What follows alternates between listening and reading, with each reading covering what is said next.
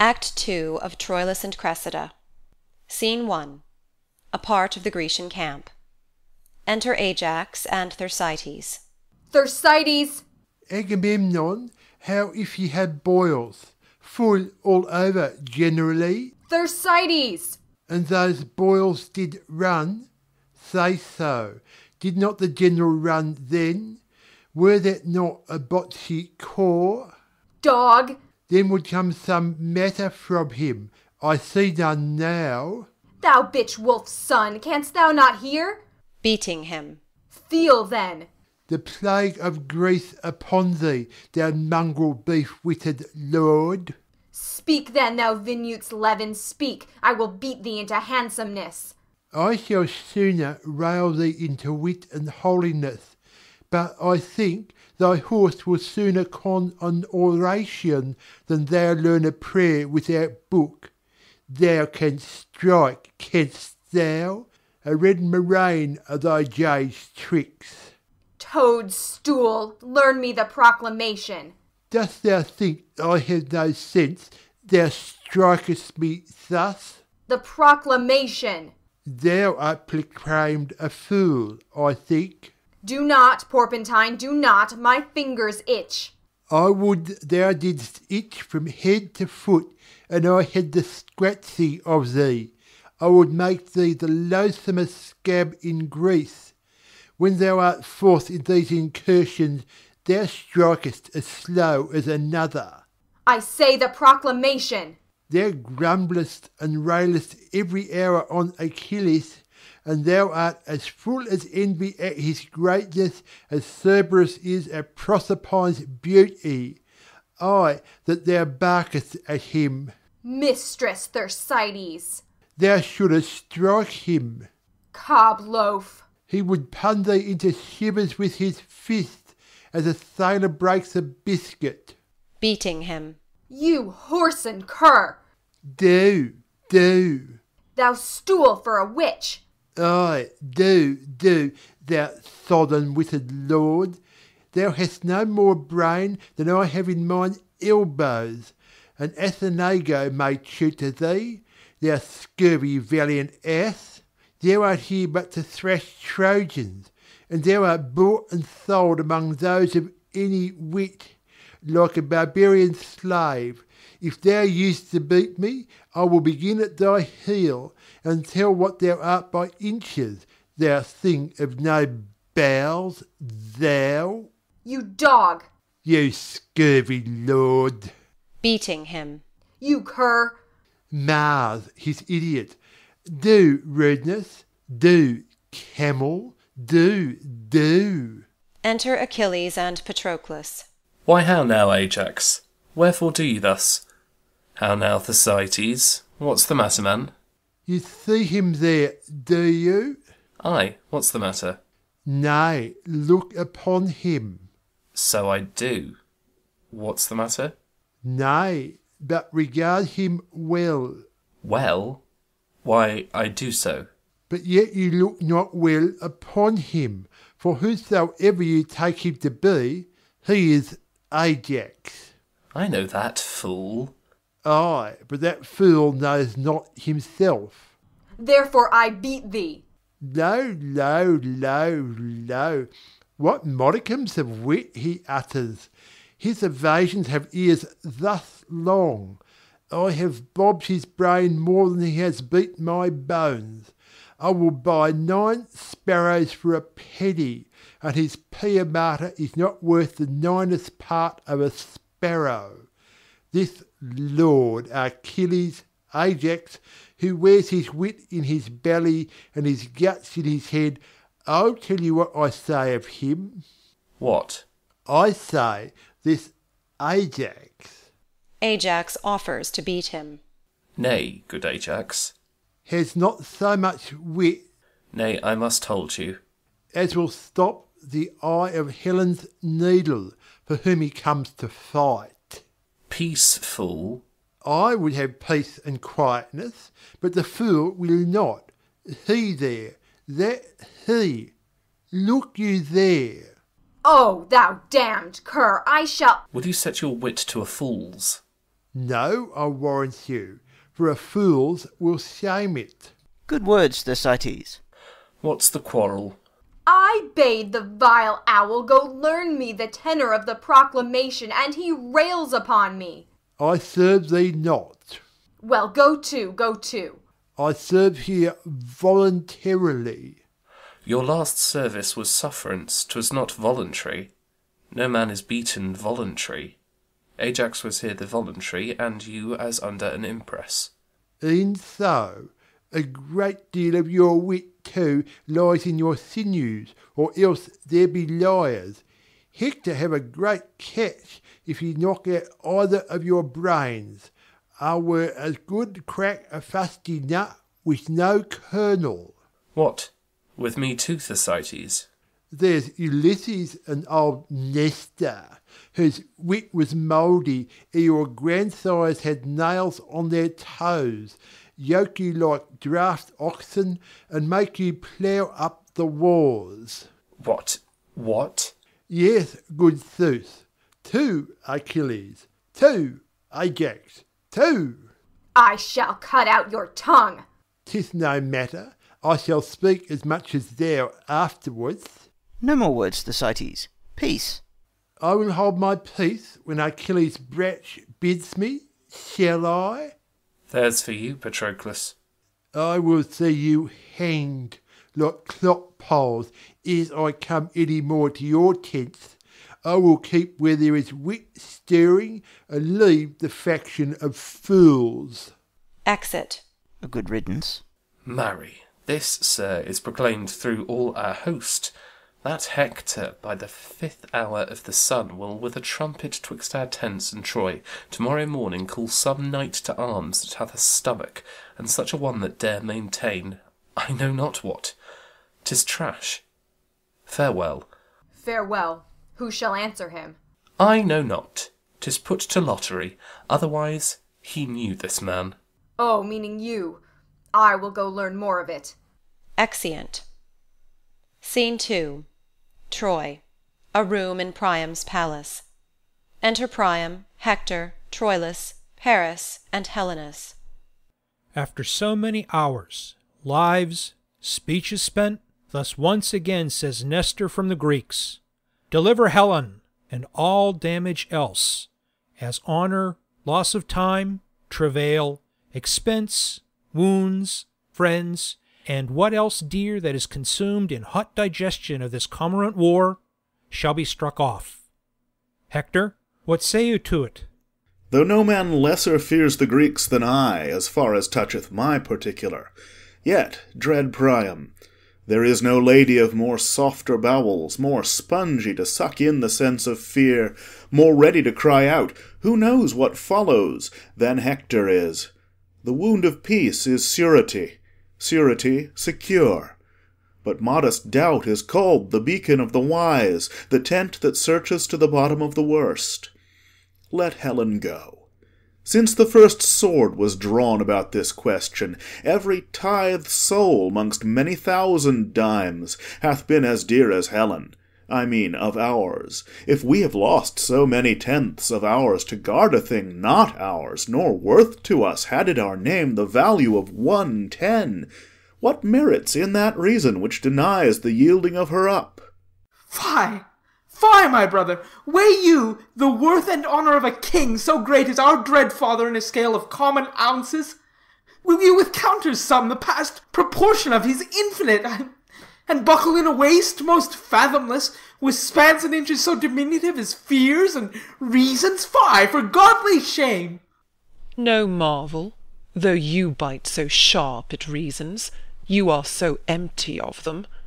Should not our father bear the great sway of his affairs with reasons, because your speech hath none that tells him so? You are for dreams and slumbers, brother priest. You fur your gloves with reason. Here are your reasons. You know an enemy intends you harm. You know a sword employed is perilous. And reason flies the object of all harm. Who marvels, then, when Helenus beholds a Grecian and his sword? if he do set the very wings of reason to his heels, and fly like chidden Mercury from Jove, or like a star disorbed. Nay, if we talk of reason, let's shut our gates and sleep. Huh? Manhood and honor should have hare hearts, would they but fat their thoughts with this crammed reason. Reason and respect make livers pale and lustihood deject. Brother, she is not worth what she doth cost, the holding. What is aught but as 'tis valued? But value dwells not in particular will. It holds his estimate and dignity as well wherein 'tis precious of itself, as in the prizer. 'Tis mad idolatry to make the service greater than the god, and the will dotes that is attributive to what infectiously itself affects, without some image of the affected merit. I take today a wife, and my election is led on in the conduct of my will. My will enkindled by mine eyes and ears, two traded pilots twixt the dangerous shores of will and judgment. How may I avoid, although my will distaste what it elected, the wife I chose? There can be no evasion. To blench from this, and to stand firm by honor, we turn not back the silks upon the merchant when we have soiled them, nor the remainder viands we do not throw in unrespective sieve, because we now are full. It was thought meet Paris should do some vengeance on the Greeks. Your breath of full consent bellied his sails.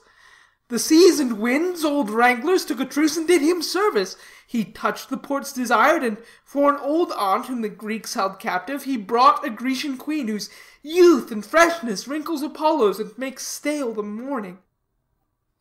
Why keep we her? The Grecians have our aunt. Is she worth keeping? Why, she is a pearl, whose price hath launched above 1,000 ships, and turned crowned kings to merchants. If you'll avouch 'twas wisdom Paris went, as you must needs, for your cried, Go, go! If you'll confess he brought home noble prize, as you must needs, for your clapped your hands and cried, Inestimable! Why do you now the issue of your proper wisdom's rate, and do a deed that fortune never did, beggar the estimation which you prized, richer than sea and land? O theft most base, that we have stolen what we do fear to keep! But thieves, unworthy of a thing so stolen, that in their country did them that disgrace we fear to warrant in our native place. Cry, Trojans, cry! What noise? What shriek is this? 'Tis our mad sister. I do know her voice. Cry, Trojans! It is Cassandra. Enter Cassandra, raving. Cry, Trojans, cry! Lend me 10,000 eyes, and I will fill them with prophetic tears. Peace, sister, peace. Virgins and boys, mid-age and wrinkled eld, soft infancy that nothing canst but cry, add to my clamours. Let us pay betimes a moiety of that mass of moon to come.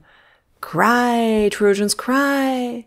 Practise your eyes with tears. Troy must not be, nor goodly Ilion stand. Our firebrand brother, Paris, burns us all. Cry, Trojans, cry!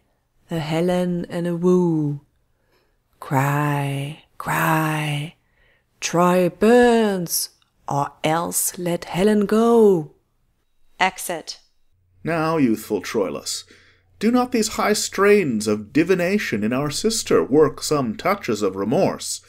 Or is your blood so madly hot that no discourse of reason nor fear of bad success in a bad cause can qualify the same? Why, brother Hector, we may not think the justness of each act such, and no other than event doth form it, nor once deject the courage of our mind because Cassandra's mad. Her brain-sick raptures cannot distaste the goodness of a quarrel which hath our several honours all engaged to make it gracious. For my private part, I am no more touched than all Priam's sons, and Jove forbid that there should be done amongst us such things as might offend the weakest spleen to fight for and maintain. Else might the world convince of levity as well my undertakings as your counsels. But I attest the gods, Your full consent gave wings to my propension, and cut off all fears attending on so dire a project. For what, alas, can these my single arms? What propugnation is in one man's valour to stand the push and enmity of those this quarrel would excite? Yet, I protest, were I alone to pass the difficulties, and had as ample power as I have will, Paris should ne'er retract what he hath done, nor faint in the pursuit. Paris, you speak like one besotted on your sweet delights. You have the honey still, but these the gall. So to be valiant is no praise at all. Sir, I propose not merely to myself the pleasure such a beauty brings with it, but I would have the soil of her fair rape wiped off, in honourable keeping her. What treason were it to the ransacked queen, disgrace to your great worths, and shame to me, now to deliver her possession up on terms of base compulsion? Can it be that so degenerate a strain as this should once set footing in your generous bosoms? There's not the meanest spirit on our party without a heart to dare, or sword to draw when Helen is defended, nor none so noble whose life were ill bestowed, or death unfamed, where Helen is the subject. Then, I say, well may we fight for her whom, we know well, the world's large spaces cannot parallel. Paris and Troilus, you have both said well, and on the cause in question now in hand have glozed, but superficially, not much unlike young men whom Aristotle thought unfit to hear moral philosophy. The reasons you allege do more conduce to the hot passion of distempered blood than to make up a free determination twixt right and wrong. For pleasure and revenge have ears more deaf than adders to the voice of any true decision. Nature craves all dues be rendered to their owners. Now, what nearer debt in all humanity than wife is to the husband? If this law of nature be corrupted through affection, and that great minds of partial indulgence to their benumbed wills resist the same, there is a law in each well-ordered nation to curb those raging appetites that are most disobedient and refractory. If Helen then be wife to Sparta's king, as it is known she is, these moral laws of nature and of nations speak aloud to have her back returned. Thus to persist in doing wrong extenuates not wrong, but makes it much more heavy. Hector's opinion is this in way of truth. Yet ne'ertheless, my sprightly brethren, I propend to you in resolution to keep Helen still, for 'tis a cause that hath no mean dependence upon our joint and several dignities. Why, there you touched the life of our design. Were it not glory that we more affected than the performance of our heaving spleens, I would not wish a drop of Trojan blood spent more in her defence. But, worthy Hector, she is a theme of honour and renown, a spur to valiant and magnanimous deeds, whose present courage may beat down our foes, and fame in time to come canonize us. For, I presume, brave Hector would not lose so rich advantage of a promised glory as smiles upon the forehead of this action for the wide world's revenue. I am yours, you valiant offspring of great Priamus. I have a roysting challenge sent amongst the dun and factious nobles of the Greeks, will strike amazement to their drowsy spirits. I was advertised their great general slept, whilst emulation in the army crept. This, I presume, will wake him. Exeunt. Scene 3. The Grecian camp, before Achilles' tent. Enter Thersites, solus. How now, Thersites? What, lost in the labyrinth of thy fury? Shall the elephant Ajax carry it thus? He beats me, and I rail at him. O worthy satisfaction, would it were otherwise, that I could beat him whilst he railed at me. Sfoot, I'll learn to conjure and raise devils, but I'll see some issue of my spiteful execrations. Then there's Achilles, a rare engineer. If Troy be not taken till these two undermine it, the walls will stand till they fall of themselves. O thou, great thunder-darter of Olympus, forget that thou art Jove, the king of gods, and Mercury, lose all the serpentine craft of thy caduceus, if ye take not that little less than little wit from them that they have, which short-armed ignorance itself knows is so abundant scarce. It will not in circumvention deliver a fly from a spider, without drawing their massy irons and cutting the web. After this, the vengeance on the whole camp, or rather the bone ache, for that, methinks, is the curse dependent on those that war for a placket. I have said my prayers, and devil envy say Amen. What ho, my lord Achilles! Enter Patroclus. Who's there? Thersites. Good Thersites, come in and rail. If I could have remembered a gilt counterfeit, thou wouldst not have slipped out of my contemplation. But it is no matter. Thyself upon thyself. The common curse of mankind, folly and ignorance, be thine in great revenue. Heaven bless thee from a tutor, and discipline come not near thee. Let thy blood be thy direction till thy death. Then, if she that lays thee out says thou art a fair course, I'll be sworn and sworn upon she never shrouded any but lasers. Amen. Where's Achilles? What, art thou devout? Wast thou in prayer? Aye, the heavens hear me. Enter Achilles. Who's there? Thersites, my lord. Where? Art thou come? Why, my cheese, my digestion, why hast thou not served thyself into my table so many meals? Come, what's Agamemnon? Thy commander, Achilles. Then tell me, Patroclus, what's Achilles? Thy lord, Thersites. Then tell me, I pray thee, what's thyself? Thy knower, Patroclus. Then tell me, Patroclus, what art thou? Thou mayest tell that knowest. Oh, tell. Then I'll decline the whole question. Agamemnon commands Achilles. Achilles is my lord. I am Patroclus' knower, and Patroclus is a fool. You rascal. Peace, fool. I have not done. He is a privileged man. Proceed, Thersites. Agamemnon is a fool. Achilles is a fool. Thersites is a fool. And as aforesaid, Patroclus is a fool. Derive this. Come. Agamemnon is a fool to command Achilles. Achilles is a fool to be commanded of Agamemnon.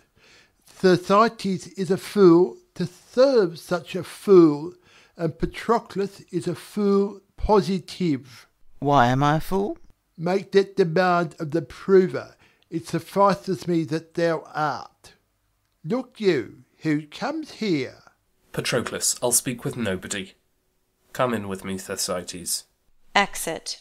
Here is such patchery, such juggling, and such knavery.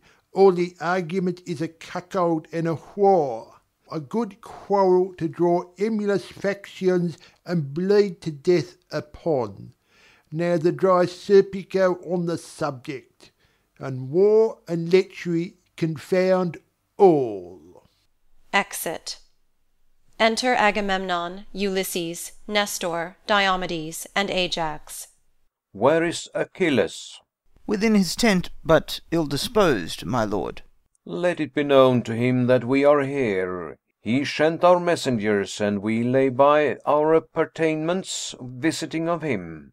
Let him be told so, lest perchance he think we dare not move the question of our place, or know not what we are. I shall say so to him. Exit. We saw him at the opening of his tent. He is not sick. Yes, lion sick, sick of proud heart. You may call it melancholy if you will favour the man, but by my head 'tis pride. But why? Let him show us the cause. A word, my lord. Takes Agamemnon aside. What moves Ajax thus to bay at him? Achilles hath inveigled his fool from him. Who, Thersites? He. Then will Ajax lack matter if he have lost his argument. No, you see, he is his argument that has his argument, Achilles. All the better. Their fraction is more our wish than their faction. But it was a strong composure a fool could disunite. The amity that wisdom knits not, folly may easily untie. Here comes Patroclus. Re-enter Patroclus. No Achilles with him? The elephant hath joints, but none for courtesy. His legs are legs for necessity, not for flexure. Achilles bids me say he is much sorry. If anything more than your sport and pleasure did move your greatness and this noble state to call upon him, he hopes it is no other but for your health and your digestion's sake, and after dinner's breath. Hear you, Patroclus, we are too well acquainted with these answers, but his evasion, winged thus swift with scorn, cannot outfly our apprehensions. Much attribute he hath, and much the reason why we ascribe it to him. Yet all his virtues, not virtuously on his own part beheld, do in our eyes begin to lose their gloss. Yea, like fair fruit in an unwholesome dish, are like to rot untasted. Go and tell him, we come to speak with him, and you shall not sin if you do say we think him over-proud and under-honest, in self-assumption greater than in the note of judgment, and worthier than himself. Here tend the savage strangeness he puts on, disguised the holy strength of their command, and underwrite in an observing kind his humorous predominance. Yea, watch his pettish loons, his ebbs, his flows, as if the passage and whole carriage of this action rode on his tide.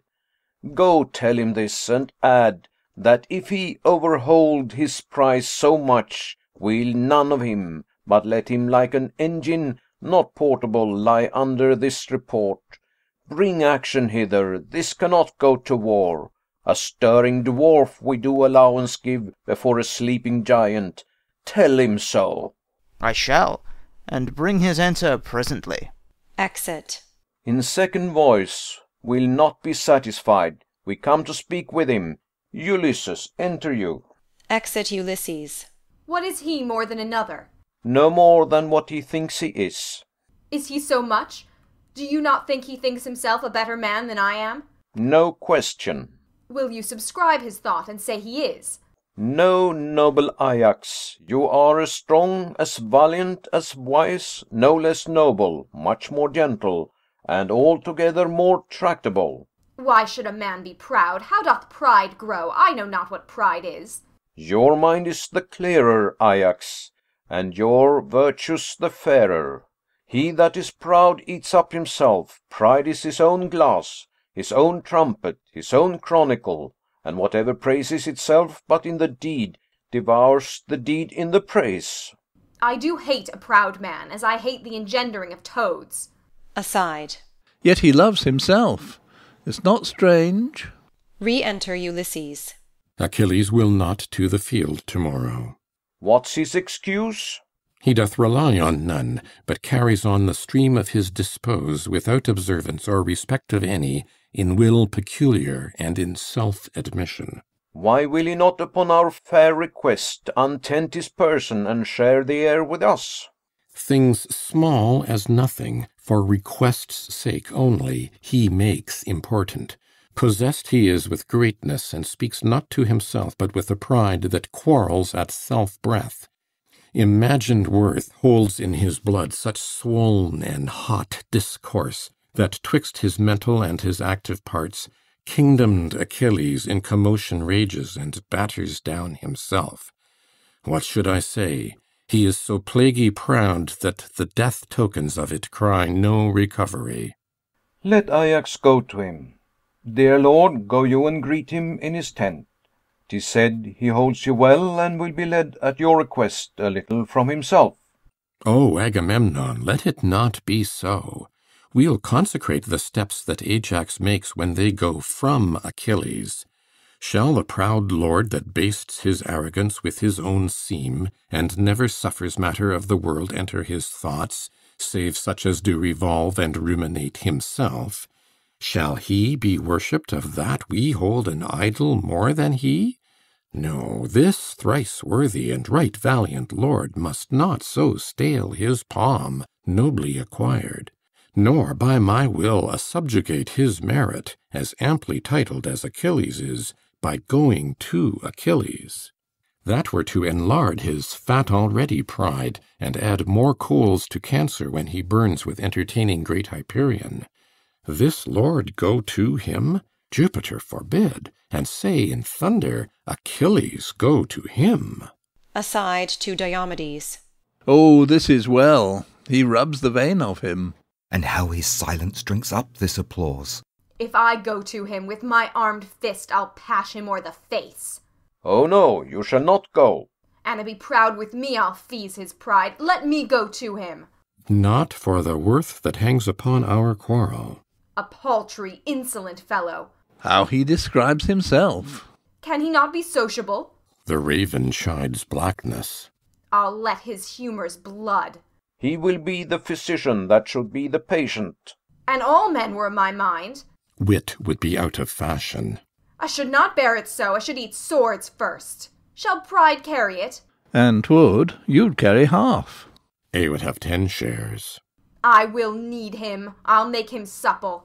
He's not yet. Throw warm. Force him with praises. Pour in, his ambition is dry. To Agamemnon. My lord, you feed too much on this dislike. Our noble general, do not do so.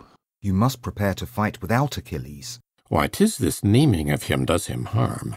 Here is a man, but 'tis before his face. I will be silent. Wherefore should you so? He's not emulous, as Achilles is. Know the whole world, he is as valiant.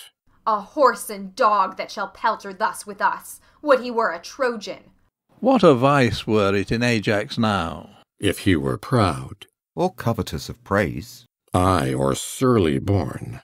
Or strange, or self-affected. Thank the heavens, Lord, thou art of sweet composure. Praise him that got thee, she that gave thee suck. Famed be thy tutor, and thy parts of nature thrice famed beyond all erudition.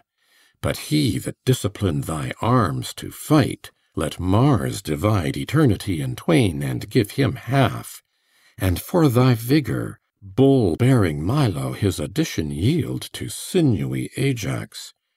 I will not praise thy wisdom, which like a bourne, a pale, a shore, confines thy spacious and dilated parts. Here's Nestor, instructed by the antiquary times. He must, he is, he cannot but be wise. But pardon, Father Nestor, were your days as green as Ajax, and your brain so tempered, you should not have the eminence of him, but be as Ajax. Shall I call you father? Ay, my good son. Be ruled by him, Lord Ajax. There is no tarrying here. The heart Achilles keeps thicket. Please it our great general to call together all his state of war.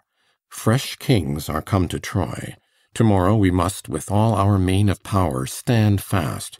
And here's a lord. Come knights from east to west and cull their flower. Ajax shall cope the best. Go we to council, let Achilles sleep. Light boats sail swift, though greater hulks draw deep. Exeunt. End of Act 2.